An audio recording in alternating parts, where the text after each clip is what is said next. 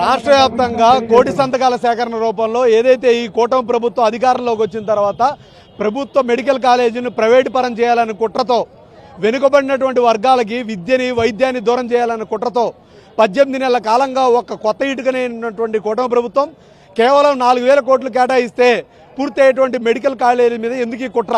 ఈయన ప్రతిపక్షంలో ఉన్నప్పుడు ఆ రోజు మర్రి చెన్నారెడ్డి గారు ముఖ్యమంత్రి, ఆ రోజు జనార్దన్ రెడ్డి గారు ముఖ్యమంత్రిగా ఉన్నప్పుడు ఆ రోజు ఉమ్మడి రాష్ట్రంలో ఆర్థిక పరిస్థితి బాగాలేనప్పుడు కొన్ని ప్రభుత్వ ఇంజనీరింగ్ కాలేజీలు ఇస్తే ఆ రోజు జనార్దన్ రెడ్డి కాదు ధనార్జన్ రెడ్డి అని చెప్పి పోరాటం చేసినటువంటి ప్రతిపక్ష నాయకుడు ఉన్నటువంటి చంద్రబాబు నాయుడు గారు ఈరోజు అధికారంలోకి రాగానే జగన్మోహన్ రెడ్డి గారు ఒక దృఢ సంకల్పంతో భవిష్యత్తు తరాలు బాగుండాలన్న సంకల్పంతో విద్యను ఆర్థికంగా లేకుండా అన్ని వర్గాల ప్రజలకు అందించాలన్న మహాసంకల్పంతో ప్రభుత్వ మెడికల్ కాలేజీలు national medical council of India నుండి పర్మిషన్లు తీసుకొచ్చి దేశ చరిత్రలో ఎన్నడూ లేని విధంగా 17 మెడికల్ కాలేజీలు తీసుకొచ్చి అందులో దాదాపుగా 5 పూర్తి చేయడం జరిగింది.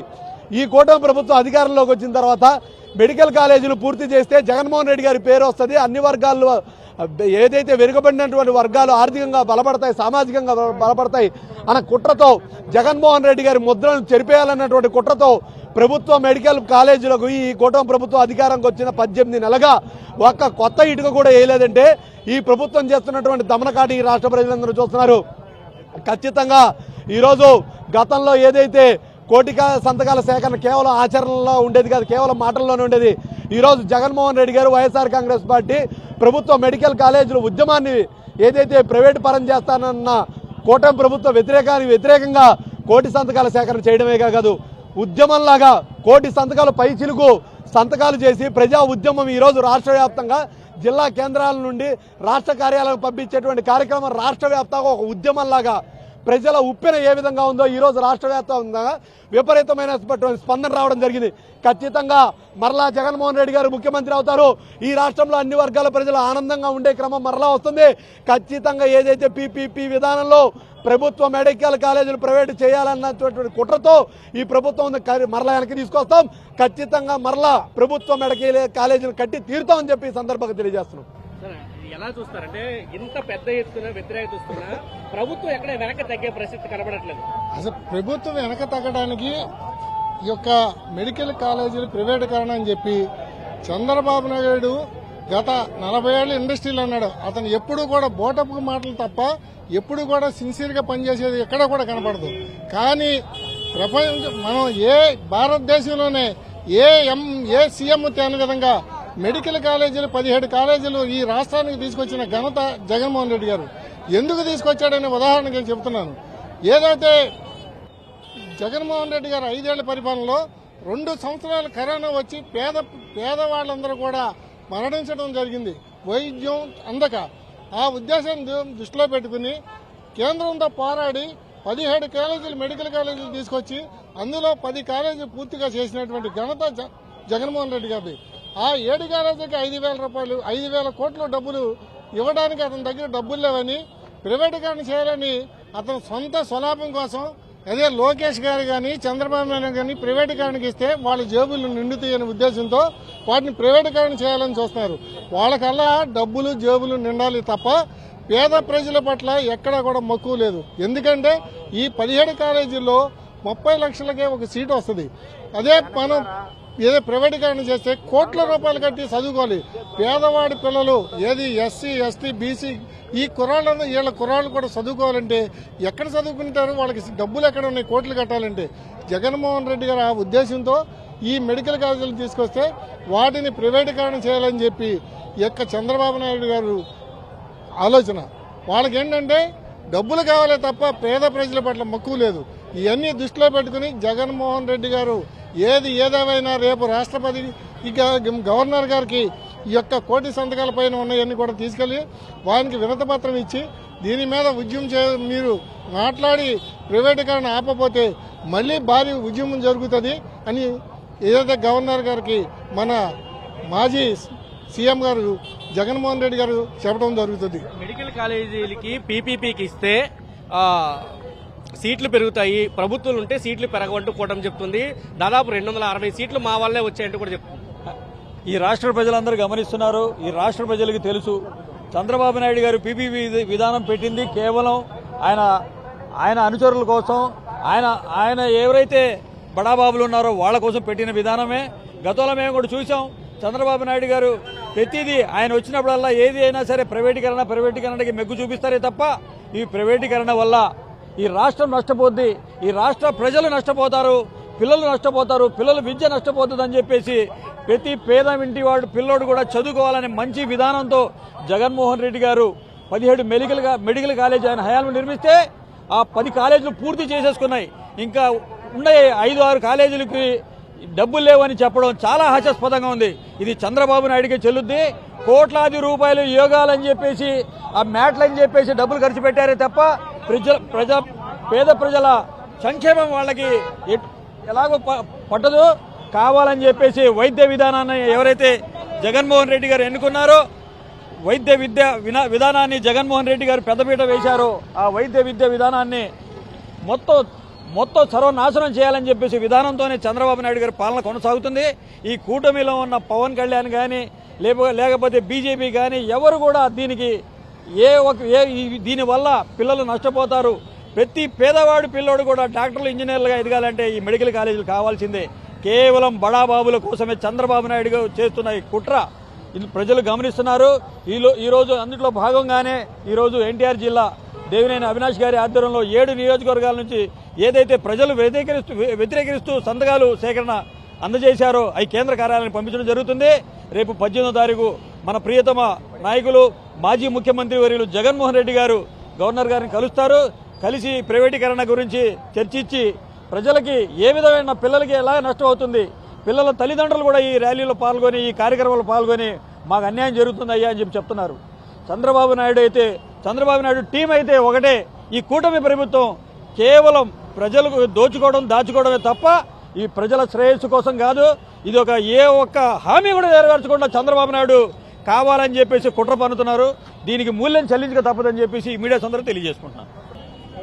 పేదల ముఖ్యమంత్రి వర్యులు అంటే ఆనాడు వైఎస్ రాజశేఖర్ రెడ్డి గారు ఆరోగ్యశ్రీ ఫీజు రియంబర్స్మెంట్ తీసుకొచ్చి మరి పేద ప్రజలకి ఆరోగ్యాన్ని మరి యువతకి విద్యని అందుబాటులోకి ఆయన తీసుకొస్తే మరి జగన్మోహన్ రెడ్డి గారు 10 ముందు అడుగు వేసి అమ్మఒడి ఏకంగా మెడికల్ కాలేజీల స్థాపనే చేసినటువంటి చరిత్ర సృష్టించినటువంటి వ్యక్తులుగా మరి జగన్మోహన్ రెడ్డి గారు రాజశేఖర్ రెడ్డి గారు మిగిలిపోతే ఈ రోజున ఇంత గొప్ప మెడికల్ కాలేజీలని ప్రైవేటు పరం చేస్తూ మేము దాచుకుంటే చాలు, మేము ఉండంగా మా వాళ్ళందరూ దోచుకుంటే చాలు అనేటటువంటి కాన్సెప్ట్ లో ముందుకెళ్తున్నటువంటి చంద్రబాబు నాయుడు గారిని ఈ రోజున ప్రతి వర్గం కూడా నిజంగా ఎన్ని మాటలు మాట్లాడుతోందో మరి వారికి అర్థం కావట్లేదేమో, మాకైతే తెలియడం లేదు.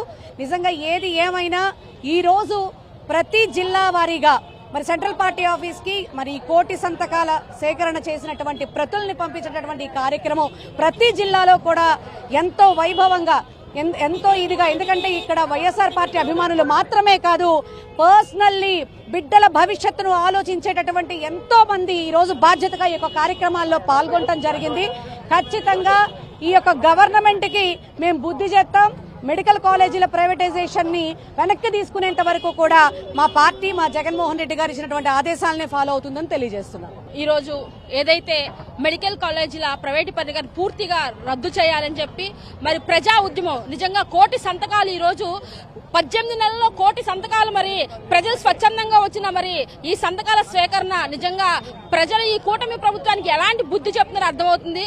పీపీపీ మోడ్ విధానంలో పూర్తిగా మరి మెడికల్ కాలేజీలని ప్రైవేట్ పరం చేసి మెరిట్ లేని విద్యను మరి డబ్బున్న వాళ్ళు మాత్రమే చదువుకోవాలని చెప్పి తీసుకొచ్చిన విధానాన్ని పూర్తిగా ప్రజలు వ్యతిరేకిస్తున్నారు. దీన్ని పూర్తిగా మేము ఖండిస్తున్నాం కూడా. రానున్న రోజుల్లో ప్రైవేటీకరణ అంశం మీద ఖచ్చితంగా ప్రజా ఉద్యమంలో ఈ కూటమి ప్రభుత్వం కొట్టుకుపోవడం ఖాయం. స్వతంత్రం వచ్చాక మన ఆంధ్ర రాష్ట్రంలో మనకు మెడికల్ సీట్లు మాత్రం 22,350 మాత్రమే మెడికల్ సీట్లు ఉన్నాయి. కానీ గత జగన్మోహన్ రెడ్డి గత పరిపాలనలో 2,500 మెడికల్ సీట్లు ఇవ్వాలన్న ఉద్దేశంతో 17 మెడికల్ కాలేజీలు తీసుకొచ్చారు. అందులో 5 కాలేజీలు పూర్తయినాయి.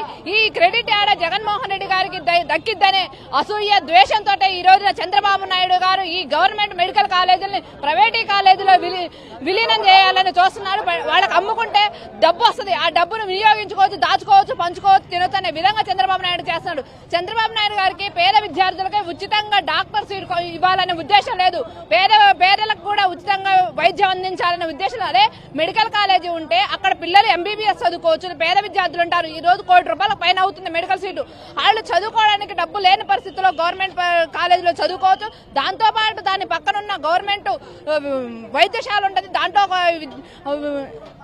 వైద్యులు ఉంటారు. వచ్చిన వైద్యులు వాళ్ళకి మంచి వైద్యాన్ని అందిస్తారు. కాబట్టి ఇదేలా జగన్మోహన్ రెడ్డి గారు చేశారు. ఇవి మనం అమ్ముకుంటేనే జగన్మోహన్ రెడ్డి గారి క్రెడిట్ దక్కదు, మనకే దక్కిందనే ఉద్దేశంతో వాళ్ళు చేస్తున్నారు. చంద్రబాబు నాయుడు గారు ఒక రోజు అన్నారు, ఏమని, పశువులకి షెడ్లు కట్టిస్తా, వాటికి హాస్టల్ ఇస్తా అన్నారు. పశువులకి షెడ్లు అందించే బదులు మీకు ఓట్లేసి గెలిపించారు కదా. ఈ రోజున రాష్ట్రంలో ప్రజలు వాళ్ళకి వైద్యం అందించడానికి హాస్పిటల్ కట్టించి మెడికల్ కాలేజీ నుంచి వాళ్ళకి ఈ రోజున వైద్యం అందించడం, పశువులకు ఎందుకు ఈ రోజున హాస్టల్ షెడ్లు కట్టిస్తున్నారంటే పశువులు వేసిన పెండను లేకపోతే వాళ్ళు ఇచ్చిన పాలన తీసి హెరిటేజ్ కో లేకపోతే సంఘం డైరీకో అమ్ముకొని సంపద సృష్టించుకోవచ్చు అనే విధానంతో ఈ రోజున చంద్రబాబు నాయుడు గారు గవర్నమెంట్ కాలేజీలను వ్యతిరేకిస్తూ ప్రైవేట్ కాలేజీలు కల్పిస్తున్నారు. ప్రైవేట్ కాలేజీలకి ఈ రోజున గవర్నమెంట్ కాలేజీలకు ₹5,000 కోట్ల మాత్రమే అవుతాయి. కానీ అమరావతిలో నీళ్లు తోడడానికి లక్షల కోట్లు ఖర్చు పెట్టడానికి చంద్రబాబు నాయుడు గారికి ఎక్కడి నుంచి వస్తున్నాయని ఈ సందర్భంగా అడుగుతున్నాను. ఈరోజు చంద్రబాబు నాయుడు గారు ఈ మెడికల్ కాలేజీలని ప్రైవేటీకరణ చేస్తున్నారు. ఈ విధానాన్ని వెనక్కి తీసుకునేంత వరకు వైఎస్ జగన్మోహన్ రెడ్డి గారు అన్న పిలుపు మేరకు మేము పోరాటం చేస్తామని చెప్తున్నాను. 18 నెలలుగా సాగుతున్నటువంటి కూటమి ప్రభుత్వ పరిపాలనలో జరుగుతున్నటువంటి అరాచకాలు, అన్యాయాలు, అలాగే ఏదైతే జగన్మోహన్ రెడ్డి గారు ఒక మంచి సంకల్పంతో పేద విద్యార్థులకు వైద్య విద్యను అందించాలి, ఉచితంగా అందించాలి, డొనేషన్లు లేకుండా మన ఆంధ్ర రాష్ట్రంలోనే మెడిసిన్స్ చదివించి డాక్టర్స్ ని తయారు చేయాలని ఒక గొప్ప ఆలోచనతో ప్రభుత్వం 17 మెడికల్ కాలేజెస్ ని ఏర్పాటు చేయడానికి సంకల్పిస్తే ఈ రోజు కూటమి ప్రభుత్వం వచ్చిన తర్వాత రెడీ అయినటువంటి 5 కాలేజెస్ కి సీట్లు కూడా మాకొద్దు అని చెప్పేసి ఇన్స్టిట్యూట్స్ కి రాసినటువంటి పరిస్థితి. అట్లాగే మిగిలిన కాలేజెస్ ని కూడా ప్రైవేటీకరణ చేస్తూ ప్రభుత్వం నుంచి ప్రైవేట్ సంస్థలకు అప్పజెప్పేస్తాము, మేము నడపలేము అని చెప్పేసి చాలా నిర్దాక్షిణ్యంగా ఈ రోజు కూటమి ప్రభుత్వ పాలకులు ప్రయత్నిస్తా ఉన్నారు. మరి ఈ యొక్క నిర్ణయాన్ని వెనక్కి తీసుకోవాలని చెప్పేసి రాష్ట్ర వ్యాప్తంగా జగన్మోహన్ రెడ్డి గారి ఆదేశాల మేరకు ప్రతి నియోజకవర్గంలో కూడా 1,00,00,000 సంతకాల సేకరణ జరుగుతూ ఉంది. అక్టోబర్ 10వ తారీఖు నుండి మరి మొన్న నియోజకవర్గ స్థాయిలో అయిపోయింది. ఈ రోజు జిల్లా స్థాయిలో ఈ యొక్క ప్రతులన్నింటినీ కూడా కలెక్ట్ చేసి జగన్మోహన్ రెడ్డి గారి కార్యాలయానికి పంపించడం కూడా జరుగుతూ ఉంది. మరి ఈ యొక్క కార్యక్రమంలో 7 నియోజకవర్గాల నుంచి వేలాదిగా ప్రజలు పాల్గొని కూటమి ప్రభుత్వ పాలకుల యొక్క నిర్ణయాన్ని వెనక్కి తీసుకోవాలి, ఈ యొక్క పనికిమాలిన పరిపాలన మాకొద్దు అని చెప్పేసి ప్రజలు స్వతహాగా వచ్చి సంతకాలు పెట్టినటువంటి సందర్భాన్ని మనందరం కూడా చూసాం. కాబట్టి ఖచ్చితంగా ఏదైతే కూటమి ప్రభుత్వ పరిపాలకులు ఉన్నారో వాళ్ళు దాచుకోవాలి, దోచుకోవాలి, పంచుకోవాలనే కాన్సెప్ట్ ని పక్కన పెట్టి పేద విద్యార్థులకు, పేద ప్రజలకు మంచి చేసే విధంగా వైద్య విద్యని ఉచితంగా అందించే విధంగా వారి యొక్క నిర్ణయాన్ని వెనక్కి తీసుకుని ప్రైవేటీకరణ నిలుపుదల చేయాలి, మళ్ళీ గవర్నమెంట్ వ్యవస్థే ఆ కాలేజెస్ ని ముందుకు నడిపించాలని చెప్పేసి కూడా మేము డిమాండ్ చేస్తా ఉన్నాం.